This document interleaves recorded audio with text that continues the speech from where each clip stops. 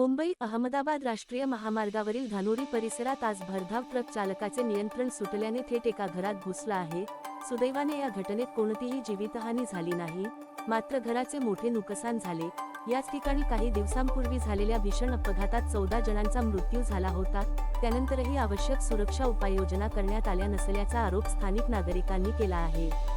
वारंवार होणाऱ्या अपघातांमुळे ग्रामस्थांनी तात्काळ बॅरिकेड्स, संरक्षक भिंती आणि वेग नियंत्रणासाठी उपाययोजना करण्याची मागणी केली आहे। महाराष्ट्र लाईव्ह न्यूज पत्रकार संतोष ठाकरे, तालुका प्रतिनिधी तलासरी।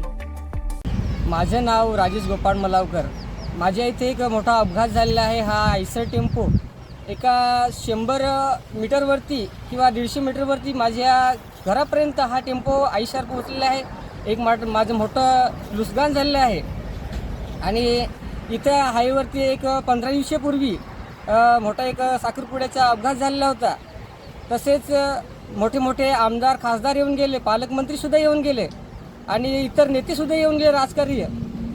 परंतु त्या लोकांनी आश्वासने दिली की आपण इथे बॅरिकेड्स लावू आणि सर्व काही पण चांगली सोय करू। आजपर्यंत कुठली सोय केलेली नाही आणि आमदार खासदार साहेब आणि पालकमंत्री साहेब, मी हात जोडून विनंती करतो की तुम्ही फक्त आश्वासन नको देऊ, एक काहीतरी कामं करून दाखवा, तेव्हा तुम्हाला काहीतरी जनता मान्य देईल।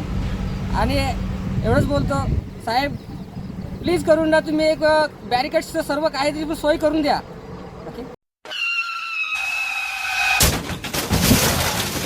आता गाडीवर मोबाईल नंबर नाही तर इमर्जन्सी QR कोड लावा, जे तुम्हाला अडचणीच्या वेळी मदत करेल।